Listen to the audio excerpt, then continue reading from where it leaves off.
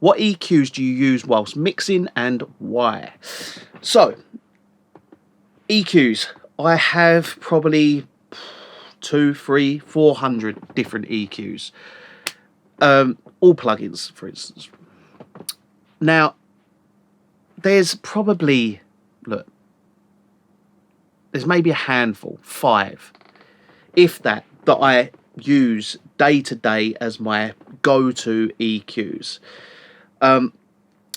Now, the thing with having like 400 EQs or 200 EQs, and we all, you know, I've got the Plugin Alliance subscription, got so many EQs, is you don't sit there and go, oh, I'm going to use that EQ for that sound, I'm going to use that EQ for that sound. Look, one EQ or a couple of EQs is all you really need, because it limits the amount of kind of going, oh, shall I use that one? Oh, I haven't used that one in a while, I'll use that. And you find yourself doing that. Whereas if you kind of have a few EQs for specific purposes and you know exactly what you're doing with these EQs, it's far better than having loads of EQs to select from. Now, I don't feel bad because I've got all these EQs and I'm not using them. I've used them all in the past, and some I've loved, some I've hated, some I'm on a subscription, so they just sit there.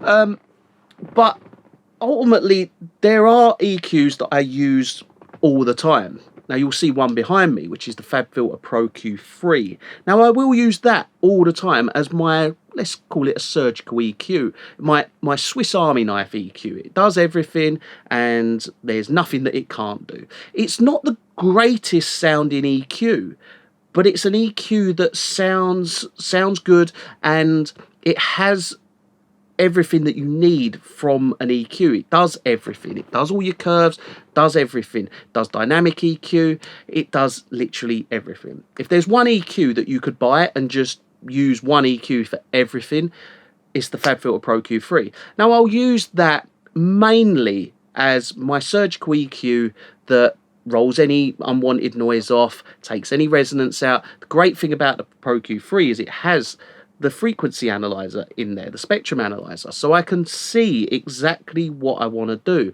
like rolling off unwanted noise in the low end, little bits of rumble. I can do that just by looking at it. I haven't even got to listen to it. I can just see exactly what needs to be rolled off. The FabFilter Pro Q3 is one EQ that will do everything. Another EQ that I use a lot, and this is a really clean EQ, and there's one real good reason why I use this EQ a lot, is because I've recently compared the hardware to the emulation, and it's the Elysia Muse EQ, and the hardware and the software are very, very close. They're not identical. There's maybe 5% difference, but that 5% is nothing in the grand scheme of an entire mix. So I know how good the hardware is. I've got the hardware down there, and I know how good it is. But using the hardware, using the software, isn't a massive difference.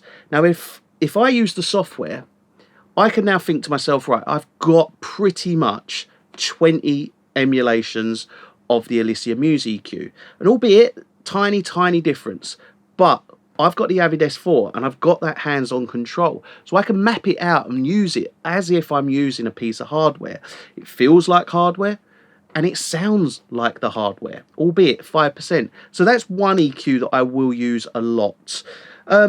There's, they are the two EQs that get used a great deal in mixing stages. I'll chop and change a couple. I'll bring some in, I'll move some out. The SPL PQ emulation, that's a really good one. I'll bring that in sometimes. And Lisa as well, by Plugin Alliance.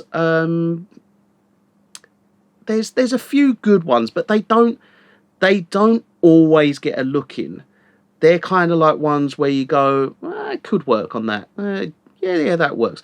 But you could still get the same sound by just using the Pro Q3 and the Elysia Muse EQ. So they're the two EQs that I will use religiously working in the box mixing.